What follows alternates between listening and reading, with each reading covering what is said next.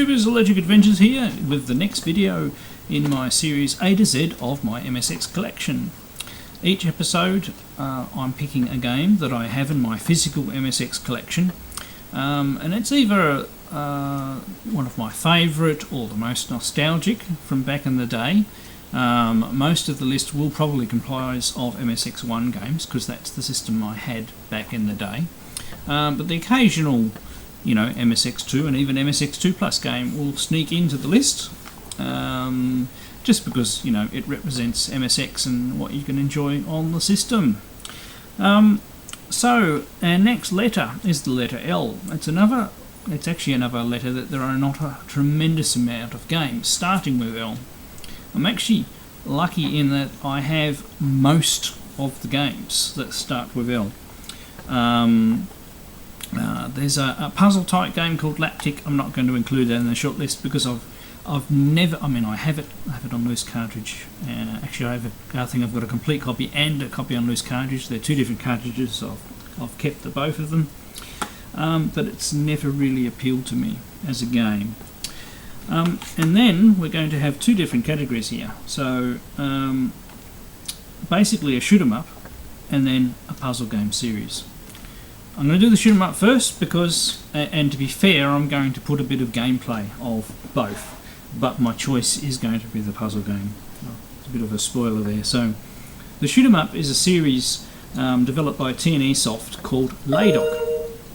Now the original Laydock game was actually an MSX2 game. I don't actually have that one, and I've never played that one. That one's supposed to be the worst in the series.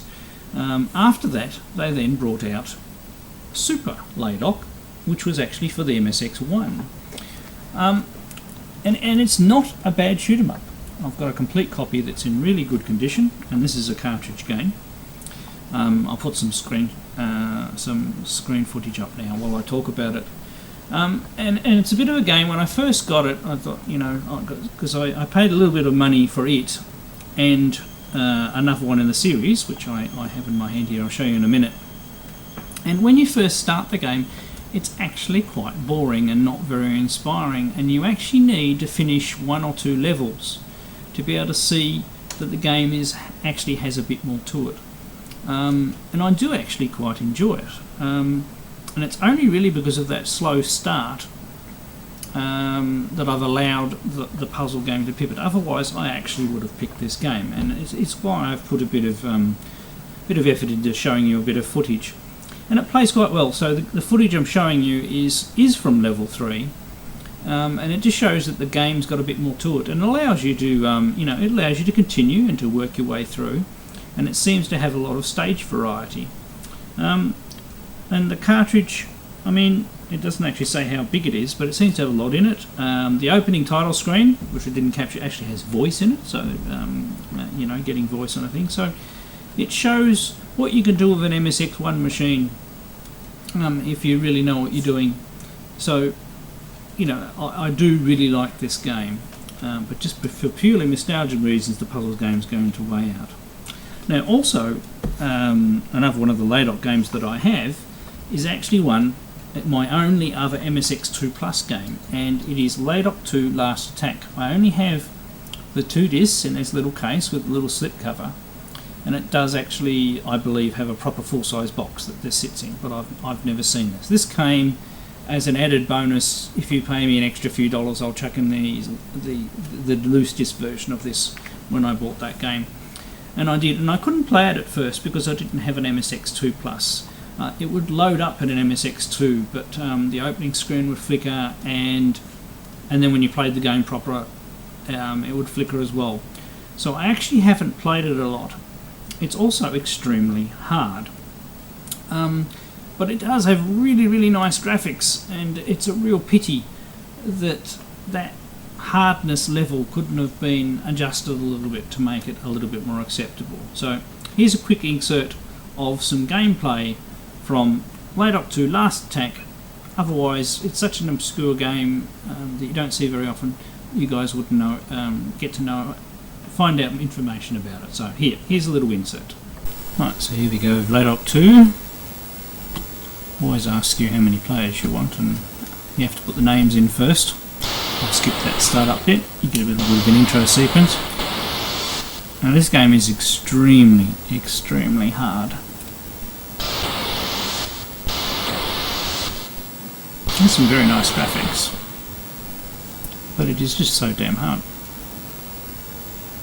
So it is a floppy title, so you get a little bit of delay.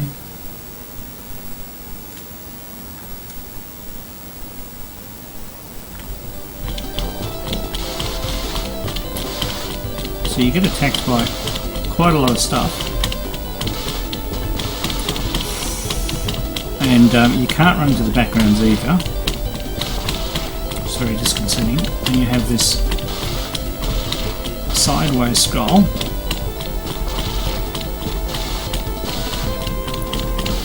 And you need to keep on attacking the ground targets because that gets you. Oh god.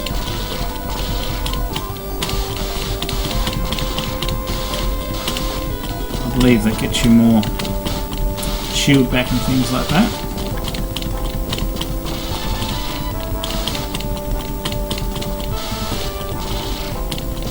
Just so hard to avoid the fire.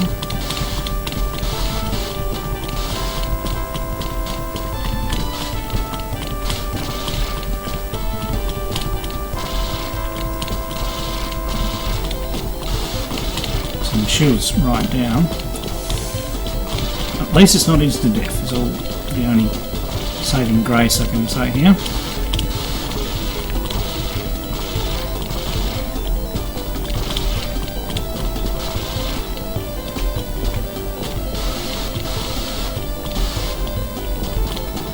So I've got to avoid those white,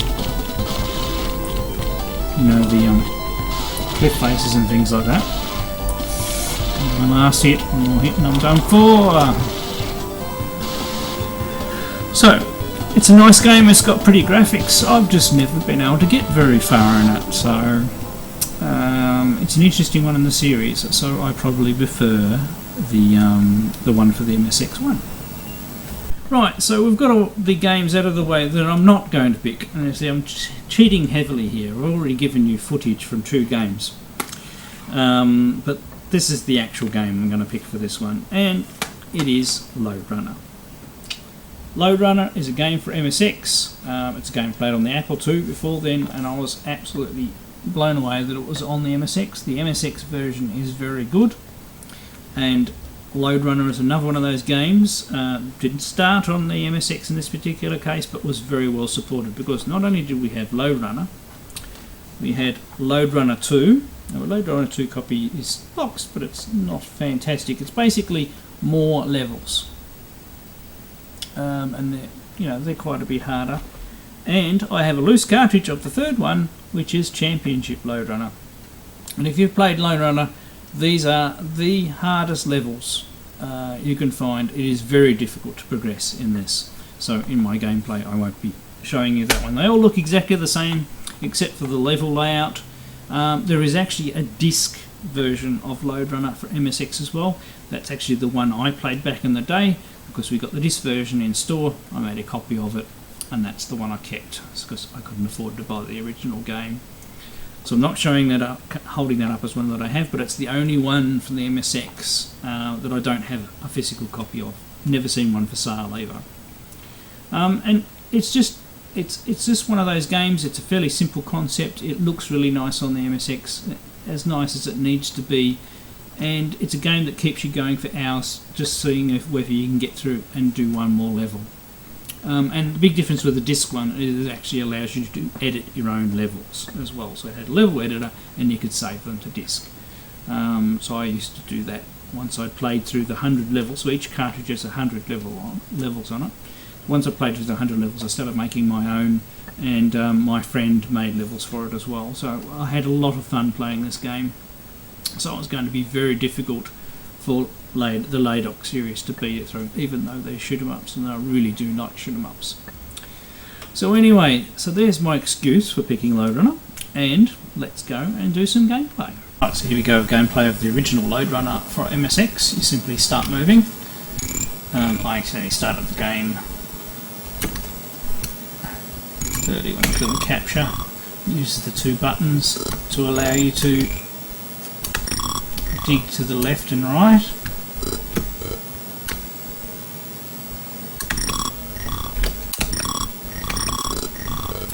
Be very careful with the enemies.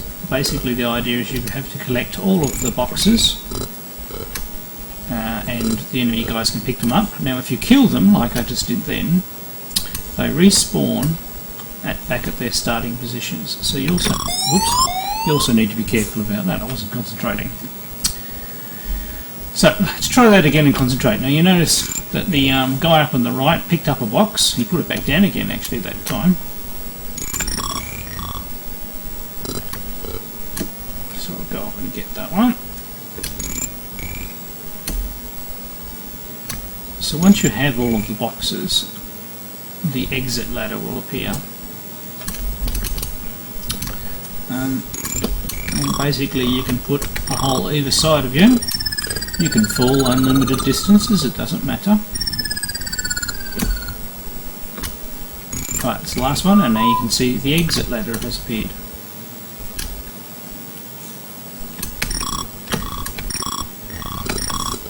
So let's put these two here. And you've got to be careful because they don't take long to actually climb out, as you can see.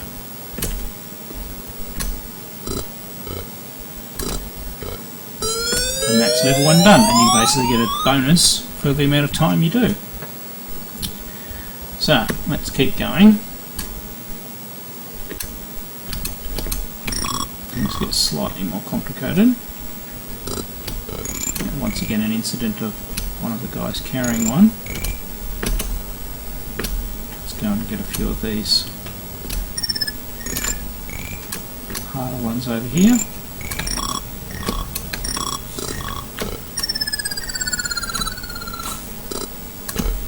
Who was carrying one? And he's still carrying one.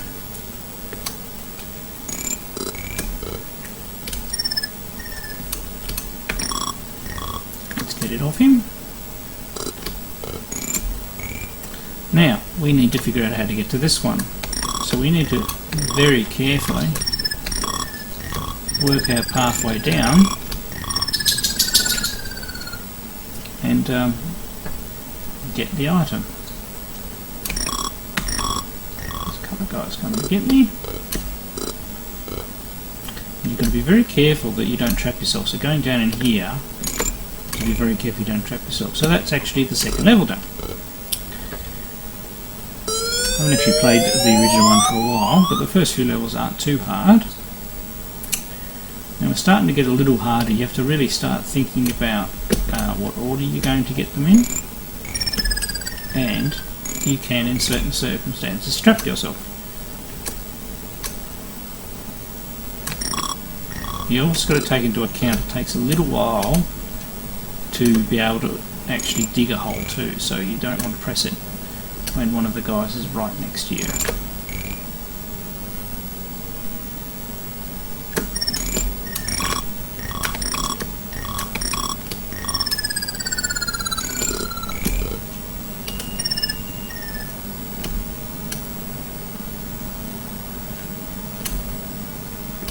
Now let's go over here. Right, and our exit is up there, so we still need to get up there.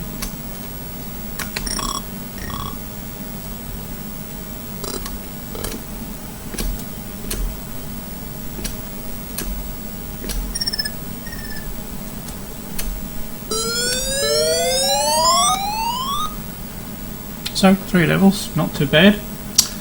Now we're getting a bit more complicated.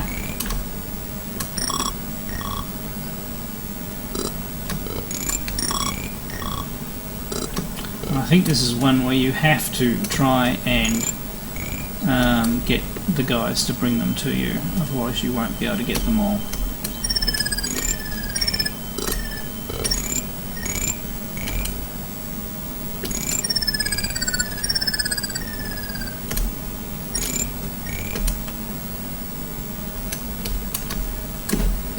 Oops! Oh, I didn't think you could get me there. We'll have one more go at this one.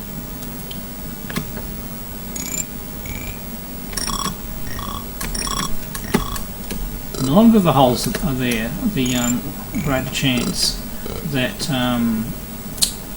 it will kill them and they'll go back to the respawn point. And sometimes you've got to use the fact that they'll go back to their respawn point when they die to actually get the guys to collect ones you can't get to.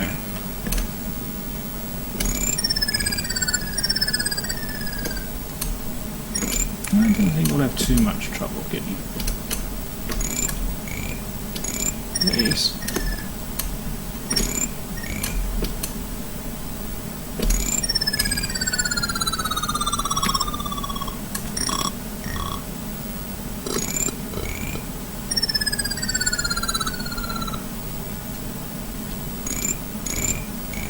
Now they won't run over each other, so that is also a strategy you need to know. Now in this particular case we can get to this last spot. The danger is that, as you saw, it's the respawn point.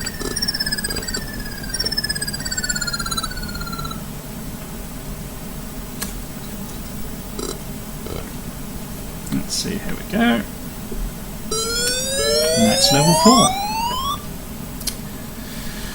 Now, I've done this for a while, so level 5 is probably getting quite complicated.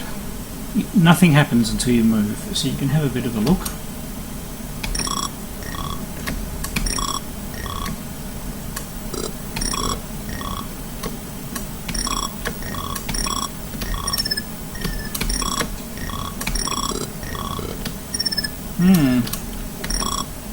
I'm not sure that's the best way to do it.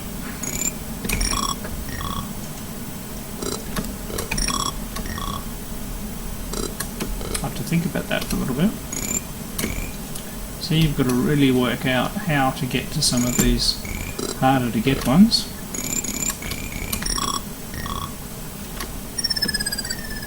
So this one here we're going to have to do a fair bit of digging to get to.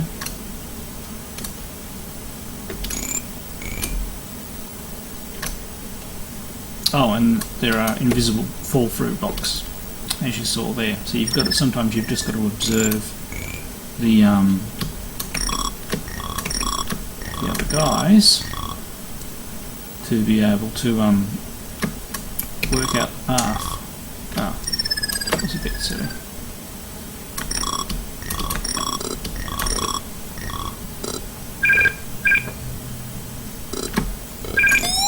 Oops, and it got me.